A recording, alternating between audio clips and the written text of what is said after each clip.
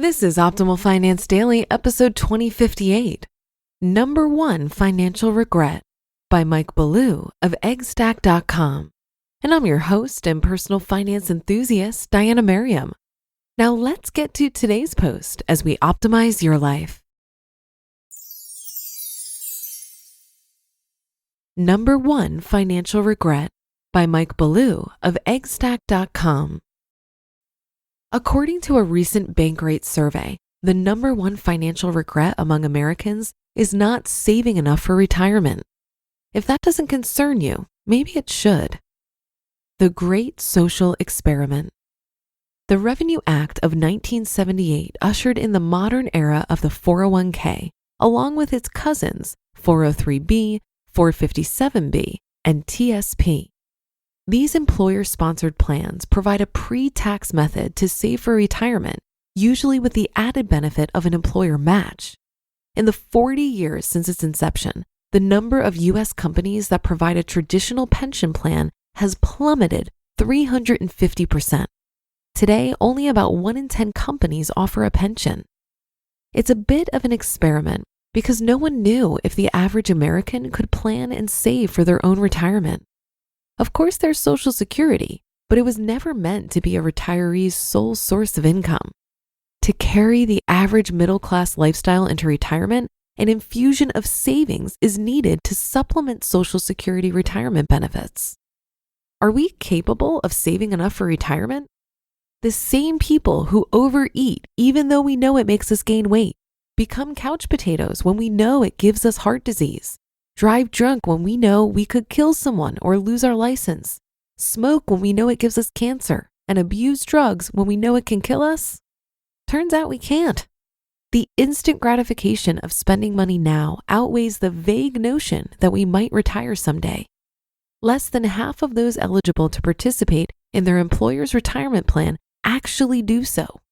Of those, 20% are not saving anything because they're busy paying back loans that they took out against their plans. Course correction.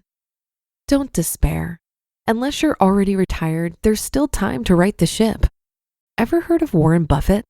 Considered by many to be the greatest investor of all time, the Oracle of Omaha is worth more than $100 billion. The interesting part is he amassed most of his fortune after he turned 50. Prior to that, he was only worth a paltry $300 million. The point is, as long as you're still earning a living, you can save for retirement. Get it right. If you're not participating in your employer's retirement plan, you need to get started right away. Fill out the forms and begin by saving the minimum if that's all you can afford. Set your contribution rate to automatically increase 2% each year and you'll be on your way. If your employer doesn't offer a retirement plan, you can open an IRA. If you're participating in your employer's plan, but you plucked your contribution rate out of the air, you can do better. Doing better doesn't necessarily mean saving more. You might be saving too much. How can anyone save too much for retirement? Go have a look in the mirror. You won't look that way in 20 years. Neither will you be able to do the things you can do today. Life is short. You have to do what you can while you still can. What does that have to do with saving too much for retirement? Plenty. That trip to Europe you promised your significant other but never took. All the weekend getaways you've skipped.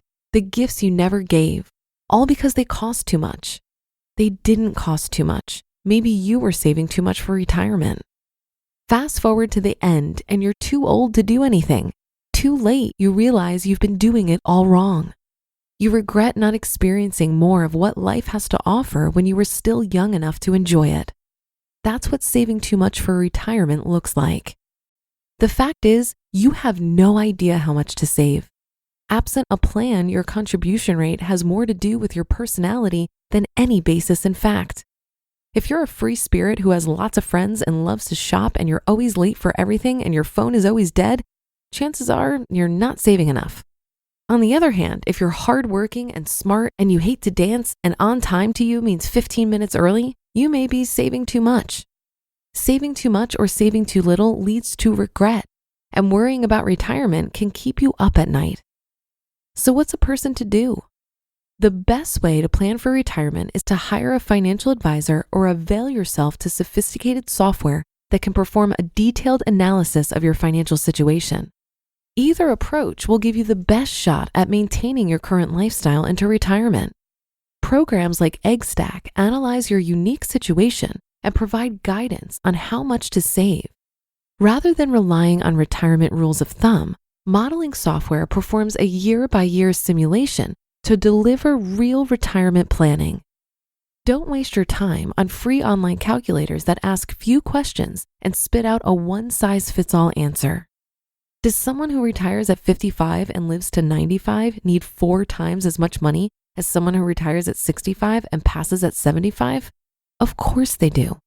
Did the free online calculator ask you about that? No, it didn't. Does someone whose mortgage is paid off by the time they retire need less money than someone who isn't? Yes, again. Your financial situation is unique. Seek a solution that honors that. Develop a plan and monitor it closely so you can make corrections along the way. You can't predict everything, but that does not give you license to shrug your shoulders and hope for the best. Implement a winning strategy before it's too late. You just listened to the post titled Number 1 Financial Regret by Mike Ballew of eggstack.com. This article reminded me of an Instagram post from an influencer named Money with Katie. She said, quote, "Wealth building is so cool to me because it's the only thing in life where you can front load all the effort and then reap the rewards indefinitely. It'd be like if having 6-pack abs by 30 meant you'd be guaranteed to have 8-pack abs by 55 with no additional effort," end quote.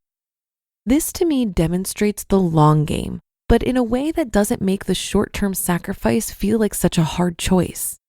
When I think about how I fully funded my retirement vehicles for 4 or 5 years and reached COSFI status, this feels like such an easier thing to do than spend the rest of my working years saving for retirement.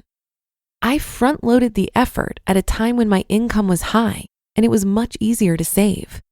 Now that my income is much lower, it's more tolerable because my need to save is also much lower. So that financial decision has benefited me for the long term and also right now. When it comes to the long game, none of us knows what the future holds. We could be totally rolling in the dough or face a hardship that makes generating an income difficult. That being said, I think the best thing I've done for my long game is learning how to be happy living pretty minimally. By having very low fixed costs and knowing how to entertain myself without spending a lot of money, I feel confident that I can handle whatever life throws at me. And that will do it for another edition of Optimal Finance Daily. Have a great day. Thank you for listening. And I'll be back in just a second with our weekly bonus episode. So I'll see you there where your optimal life awaits.